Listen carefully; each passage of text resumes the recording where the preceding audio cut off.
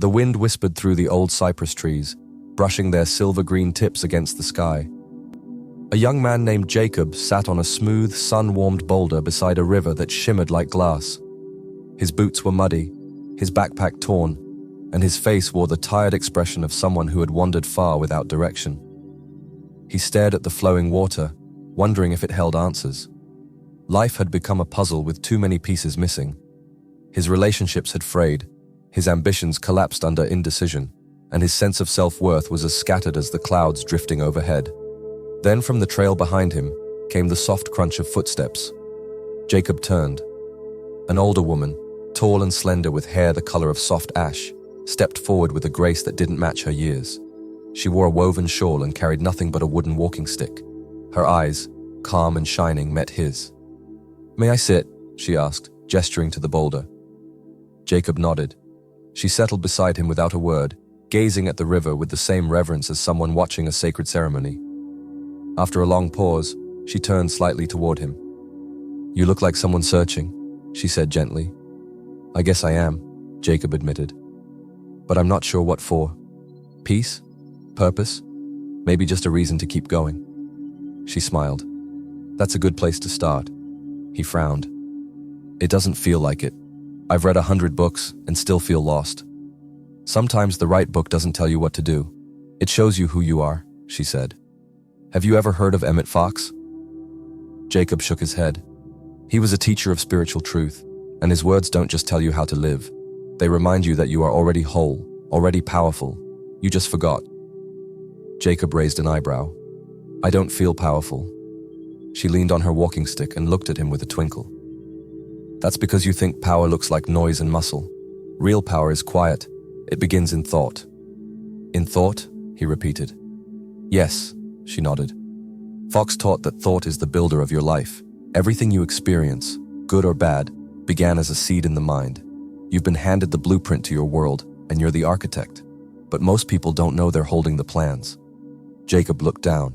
"If that's true, I must be designing a pretty miserable building," she chuckled. "Then it's time for a new design. That's the gift.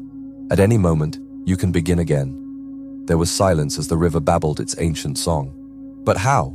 he asked. "How do I stop my mind from sabotaging me? How do I think right when everything feels wrong?" "By learning the law of life," she said. "Cause and effect. Not in the physical sense, but in consciousness. Your outer life is the effect. Your inner thoughts, the cause." Jacob narrowed his eyes. "So what? Just think happy thoughts and life magically gets better?" "No," she said firmly. "Not happy thoughts. True thoughts. Right thoughts. Thoughts that align with the truth of who you are." "And who's that?" he asked bitterly. "A child of the infinite. You're not the labels they gave you. Not your failures. Not your doubts. You're not even the body you wear. You're spirit. And spirit can't be broken." Jacob looked away. The river blurred in his vision. "If that's true, why do I feel so worthless?" "Because you're looking at your reflection in the wrong mirror," she said, touching his chest. "Your worth isn't found in how others see you or even how you see yourself. It's found in how the divine sees you, and that view never changes." Jacob swallowed hard. "I've made mistakes, hurt people, let myself down." "And have you learned from them?" she asked. "I think so." "Then forgive yourself." Fox wrote that forgiveness is not weakness, it's strength. You don't forgive because someone deserves it. You forgive because it frees you. Holding on to guilt is like drinking poison and hoping your past disappears. Her voice was like a warm current moving through him. "So forgiveness is for me?" "Always," she said. "It's the broom that sweeps the soul clean." Jacob rubbed his hands together, thinking. She went on. "Fox said we're never alone. There's a presence that goes with us always. Call it God, call it spirit, call it divine mind, it doesn't matter. What matters is that this power responds to your dominant thoughts. So when you think fear, you invite more fear. But when you think truth, love, peace, life begins to shift." "Truth like what?" he asked. "That you are guided, that you are enough, that the universe isn't a cruel machine, it's a mirror. When you understand this, you stop begging life to give you something and start giving life a mental equivalent." He tilted his head. "What's that?" "An image in the mind of the life you want, held with faith and emotion."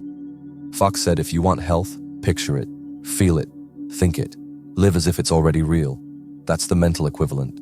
And life, by law, must reflect it back. Jacob furrowed his brow. But isn't that just pretending? No, she said. It's claiming your rightful inheritance. The world of form follows the world of thought, always. First the blueprint, then the building. He sighed. I've always waited for things to change outside before I believed they could inside. She smiled kindly. That's backwards. The outer can only change when the inner does. They sat in silence again, a kind of sacred pause. The river continued to speak its language of flow and surrender. Do you know why rivers don't get lost? She asked. Jacob shook his head. Because they trust the slope beneath them. They don't fight gravity. They follow the current. We're meant to live like that, trusting the guidance within. Fox called it divine intuition, the still small voice. I don't think I've ever heard it, Jacob said. You have, but you thought it was just a hunch or a coincidence. It's subtle, it never shouts. It's the calm voice when fear is screaming. He nodded slowly. I felt that. Then follow it, even if it makes no sense to the world. That's the path to a life worth living.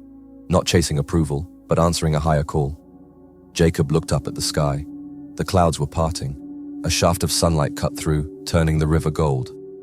Why aren't more people taught this? He asked. Because it requires responsibility, she answered. It's easier to blame others, to say we're victims. But Fox said we're not victims. We're creators. And once you know that, you can't go back. He was quiet, then asked, What if I forget again? You will, she said, smiling. But each time you remember, the truth grows stronger. Life isn't about perfection. It's about returning to love, to peace, to the divine in you. Jacob stood slowly, stretching his tired limbs. The weight he'd carried in his chest had lightened somehow. Thank you, he said softly. The elder stood too. No need. You already had the answers. I just reminded you. She began to walk back toward the path. Wait, Jacob called.